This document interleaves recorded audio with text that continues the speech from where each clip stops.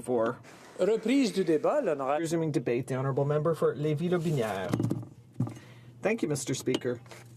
Today I'm going to take part in the debate on Bill C-45, the legalization of marijuana. And at the outset, I would never have imagined when I was elected back in 2006 to serve the people back home in my riding that one day I would have to debate a bill that essentially is going to legalize a drug that is harmful for the health of the Canadian public. Even in my worst nightmares, I would never have believed that in my lifetime I would see the Liberal Party of Canada succeed in this task, if it can really be described as a success. It's repugnant and indecent to see rich professionals delighting in owning shares in Canopy Growth Corporation, people who have made profits since the shares have soared because of the leaks from the report studying the legalization of marijuana. The conclusions of this report, might I remind you, are disastrous everywhere that cannabis has been legalized.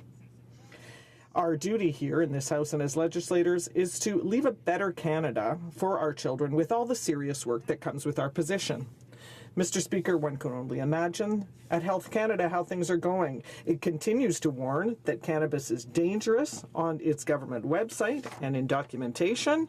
So imagine how uneasy these people must be because they are also undergoing a conflict of values. And I'm wondering what questions are on the minds of these people who, just like health professionals in this country, parents and grandparents with sound and constructive values for our society, I just wonder, these people must be completely appalled at the idea that their loved ones will legally be able to destroy their own lives and annihilate their potential for achievement through the consumption of cannabis. Many of my colleagues across the way have said, hey, it's just pot. I'd ask them, go to your nearest psychiatric hospital and see what happens when you see one of your loved ones in a closed ward under constant surveillance, because that is someone who doesn't know how to live anymore. That person has become dangerous for their own lives. I invite them to go and see these poor people, how disorganized and dehumanized they are, and then they can come back and talk to me about it. Mr. Speaker, as you know, my colleagues and myself have spoken a great deal on the dangers of cannabis and everything that awaits us with the consumption of this drug at such a critical age of 13 years or younger, and that causes irreversible harm. Mr. Speaker, that being said, I am seeking to understand what could have prompted the Liberals to go down this path of legalization. It's appalling because I take part in political panels or I debate in this House, and I hear their simplistic arguments devoid of any moral sense with regard to the duty to protect our young people and to control organized crime. This is a market that hides an obscure and invasive influence on reality with the presence of this drug.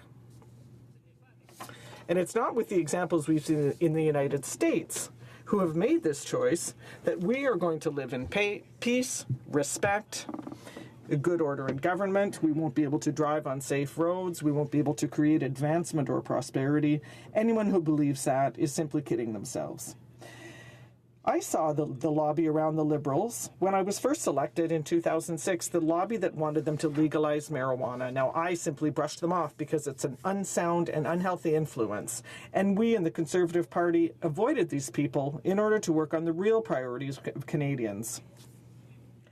So, Mr. Speaker, can you tell me, the people who finance the Liberal Party, you know, the people with the deep pockets, how did they manage to use our democracy to legalize this object of torture of so many people who are in distress right now?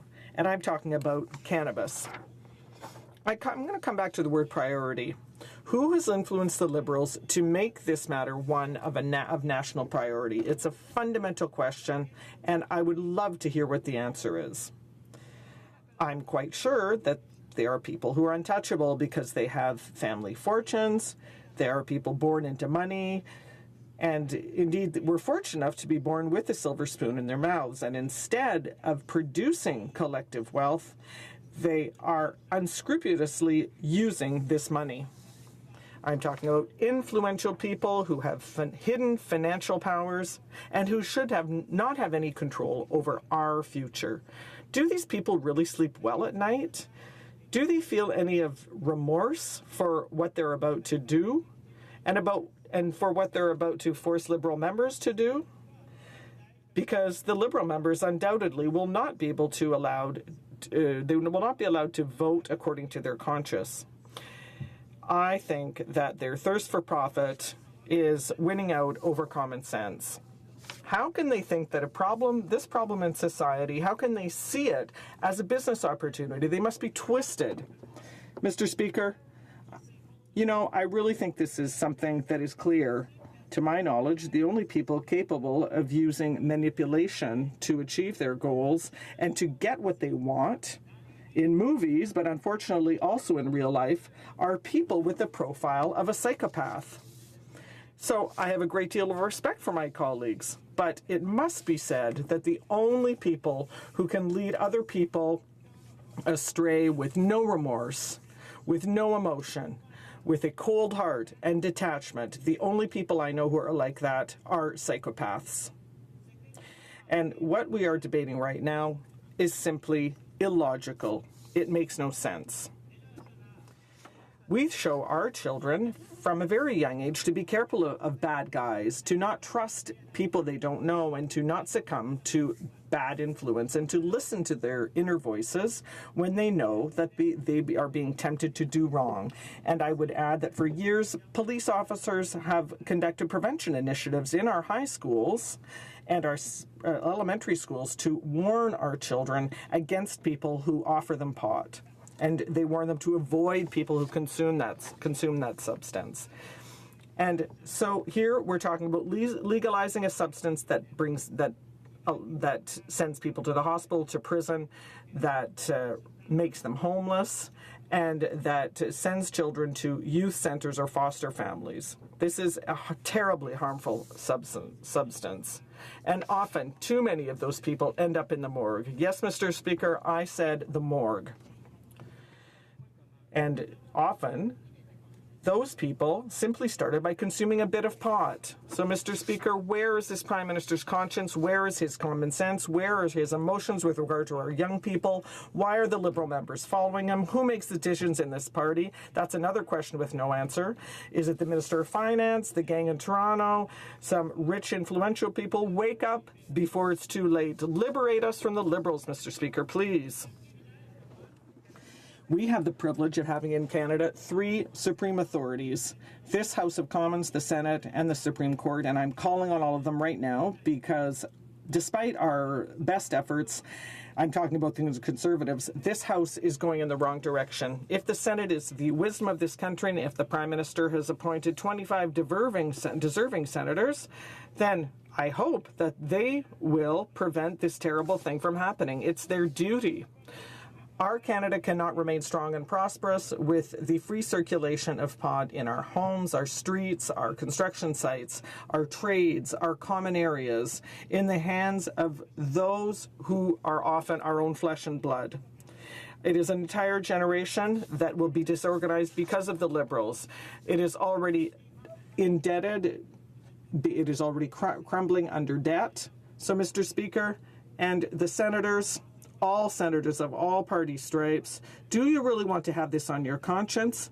And I'm not talking about the weight of a gram of pot. I'm talking about this weight on your shoulders, the responsibility of a generation. I'm talking about astronomical costs in human and financial terms that our provinces will have to cover. And this will be because of the poisoned heritage of the Liberals. So please, free us from the Liberals. You know, Mr. Speaker, the Liberals are doing crooked things, and tax havens, that is nothing compared to what awaits us. Someone has to stand up and say no to pot in our homes, no to the Liberals, no to the Prime Minister, because he's preparing us for hell, a hell that is far from the tax havens, Mr. Speaker. I can tell you this. Questions et commentaires, l'honorable. Questions and comments. The Honourable Member for Fredericton. Merci, Monsieur le Président. Thank you, Mr. Speaker. my colleague across the way never misses an opportunity to stand up and to spout rhetoric in this House. So I was really disappointed to hear how he started his speech by saying never in his worst nightmares that he thought that he would have to rise in this House to speak to this issue, an issue that is so extremely important for Canadians and important that we, as members elected to represent Canadians, that we must debate in this House when it affects the health of Canadians. We know full well that the current system, the current cannabis system, is simply not working, that our approach as a government is based on science, based on facts. We know that the current approach works for criminals and for organized crime and allows them to rack up proceeds, and that it doesn't keep pot out of the hands of young people. So why, as an elected official who seeks to represent the best interests of Canadians, why does he not think that it is important to talk about such an important public policy issue in this House? The Honourable Member for Lévis-Lobinière. Thank you, Mr. Speaker. Well, yes, it is a very important issue. And if the government had really found it so important, then it would have allowed all members in this House to debate on it in a fulsome way. We wouldn't have had time allocation. Right now, the Liberal Party is imposing a harmful policy on our future generations. And they just look it in the mirror as if nothing was wrong. Mr. Speaker, one day they're going to realize that they have made a monumental error, but it'll be too late by then to correct it. We can fix things now by giving the opportunity to all the members here in this House to debate this bill. Not stop debate today, tomorrow.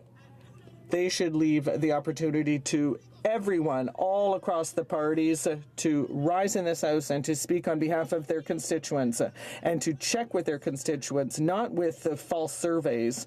They need to check with their constituents as to what their intentions are, what do they really think about this bill, and they will see that we on our side are on the right track. Questions and comments, the Honourable Member for Sarnia-Lambton. Merci beaucoup, Monsieur le Président. Thank you, Mr. Speaker. I'd like to thank my colleague for his speech. I am very pleased that Quebecers have decided to make a decision on growing pot at home, and that they are calling on the government not to rush forward with this bill. Does my colleague agree with that as well? The Honourable Member for Lévis-Lobinière. Thank you, Mr. Speaker. My colleague asked an excellent question. Imagine 4 plants this high, this wide in every house. A possibility of 3,000 joints per year, an entire family can be high 24 hours a day, 7 days a week, 52 days a week with that. And in addition, they'll have some left over to give away, to sell. So do you think that those plants are going to be controlled, like the Liberals say? They want to do quality control on this product.